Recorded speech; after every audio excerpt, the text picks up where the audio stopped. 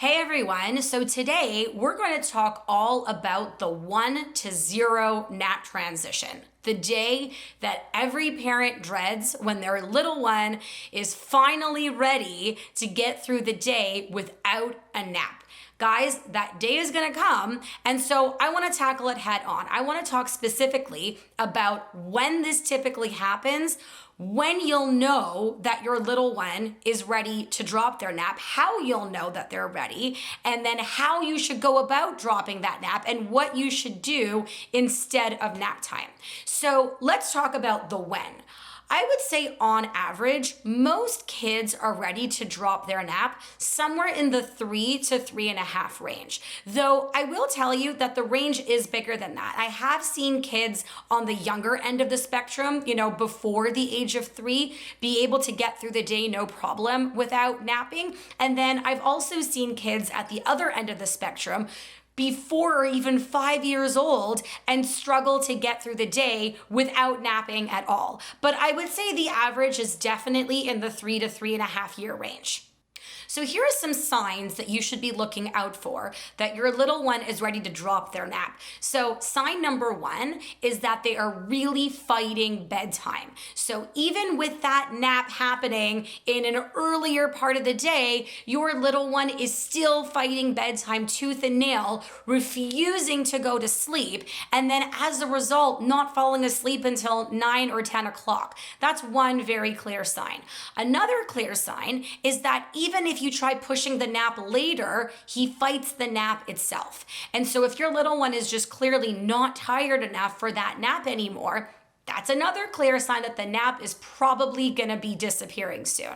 And then sign number 3 that your little one might be ready to drop his nap is if you start getting some really early wake ups, but with a completely happy, well-rested preschooler. Because remember, there's only so much sleep that your little one can give you over a 24-hour period.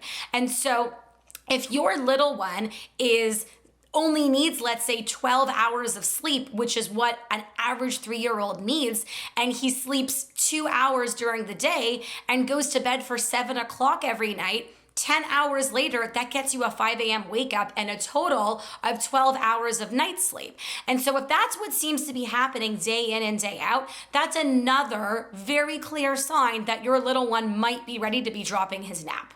Now, a lot of people think that if you're experiencing any of these signs, that the solution needs to involve removing the nap cold turkey. And that's just not the case. Before removing the nap cold turkey, I would actually recommend that you try shortening the nap first. So if your little one is usually sleeping an hour and a half to 2 hours during the day, I wouldn't recommend just getting rid of it, but rather just shorten it by even a 30-minute increment of time. So cut it down from, say, 2 hours to 90 minutes.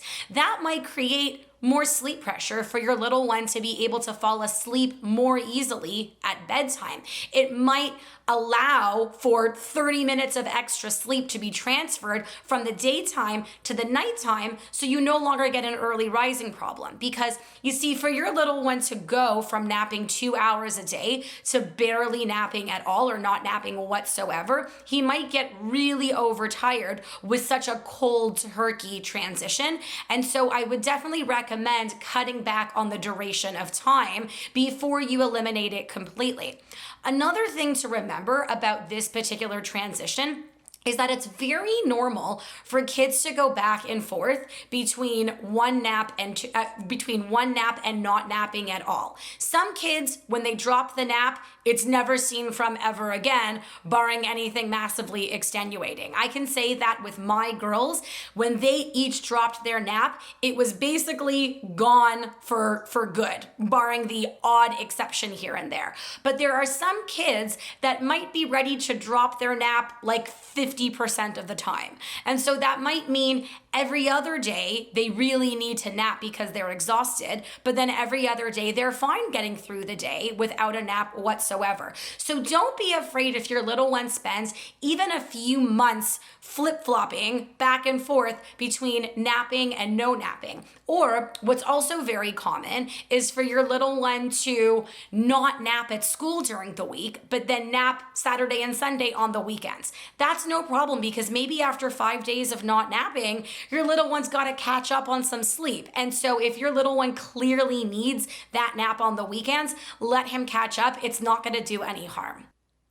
Now, I will tell you that when your little one does drop his nap, and maybe it's all the way, he's not napping whatsoever, maybe he's not napping every other day, I would strongly recommend that you introduce a very early bedtime to compensate for him not napping. So if your little one before was napping from, let's say, 1 until 2:30 and then going to bed for 8 o'clock, mark my words, without that nap, he is not going to be able to make it through the day all the way until 8 p.m. In fact, I know with each of my kids, when they were done with their naps, they were each in bed by 7 p.m. at the absolute latest. In fact, I remember my older daughter, Amuna, when she dropped her nap, she was just above the age of 3, and it was over the summertime when she dropped her nap, and so she was in camp all day, and so she would come home from a full day of camp at, let's say, 3 or 3:30, and by 6 o'clock, I kid you not, she was out like a light, exhausted, and she would sleep from 6 p.m. until 7 a.m. the next day. It was, I'm not gonna lie, it was pretty awesome. Now, unfortunately, that phase was short-lived, and she did get over that hump. And I think by the fall time, when she started school again, she was able to make it until 7 o'clock. And then 7 o'clock remained her bedtime for a while longer because that 7 p.m. bedtime allowed her to get that 12 hours of sleep in. So just remember that most 3-year-olds, when they're dropping that nap, really need to be sleeping around the clock to compensate. So bumping that bedtime back earlier is really going to help with the transition and avoid overtiredness in the process. Now, what do you do when your little one has dropped their nap completely and it's now 1 o'clock in the afternoon? What are you supposed to do? So I recommend, if possible, to introduce even a little bit of quiet time. Because even though your little one might not be sleeping anymore, your little one is still going to benefit from having some downtime during the day for some quiet activities. And so that might mean reading some books, playing with some toys really quietly. I wouldn't recommend taking your little one out at that hour to, the playground and engage in some really, energized activity. Let your little one take some time to just relax during that time frame. It might only be 30 minutes at first. I mean, it can take these kids a little bit of time to figure out how to do this whole quiet time thing, right? They're not used to playing by themselves for an hour. It's going to take them a while to figure it out. And so one idea that I might suggest is to have a special box of quiet time activities that are reserved for that time of day only. So that this way, when your little one is time to have her quiet time, she's got something that she can really look forward to. And if after 10 or 20 minutes she tells you, I'm done, really do your best to try redirecting her back to whatever activity she was engaged with, or perhaps try exploring another quiet activity that was in that special activity box so that she can really get used to spending more and more downtime playing and relaxing so that when quiet time is over, she can start up another activity that is more energizing and exciting. Now, a lot of parents, specifically working parents, will often ask me the following question. They'll say to me, Eva, do I have to get rid of my little one's nap if he is fighting bedtime, if I don't mind just pushing his bedtime off later? Because I'll have a lot of working parents say to me, listen, I don't get home from work until 6:30. And so I would love for my little guy to hold on to his nap for a little bit longer if it means I can keep him up until 9 and spend more time with him.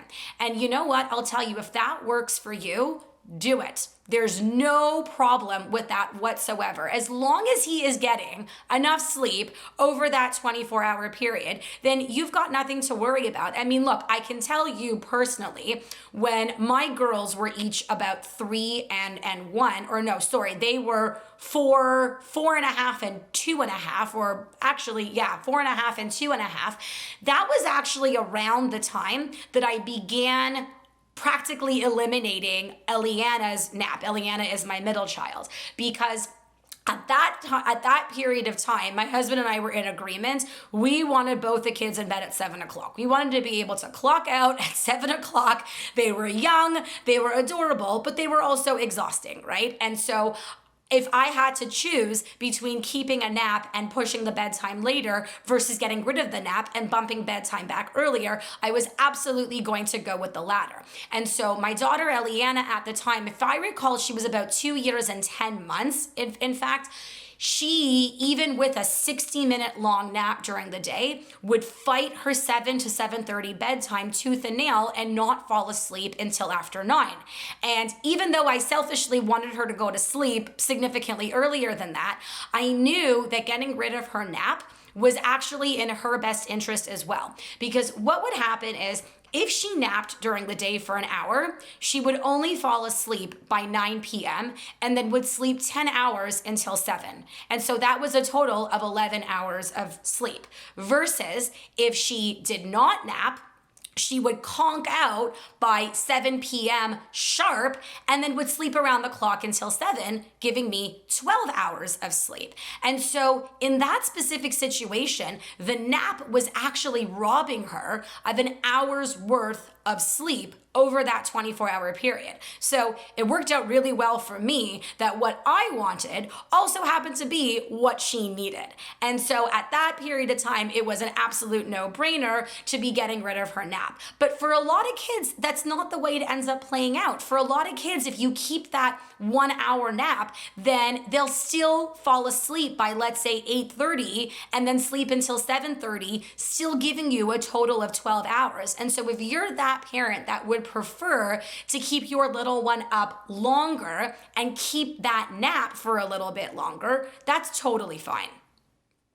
So to sum up, how do you know when your little one is ready to drop their nap? They will likely be in the 3 to 3.5 year range, though as I said, some are a little bit younger, some are a little bit older. They might be fighting their nap, they might be fighting bedtime, and they might be waking up really, really early. All 3 of these are signs that your little one's nap is likely on its last leg. So I hope that this was helpful and that you guys have a great day.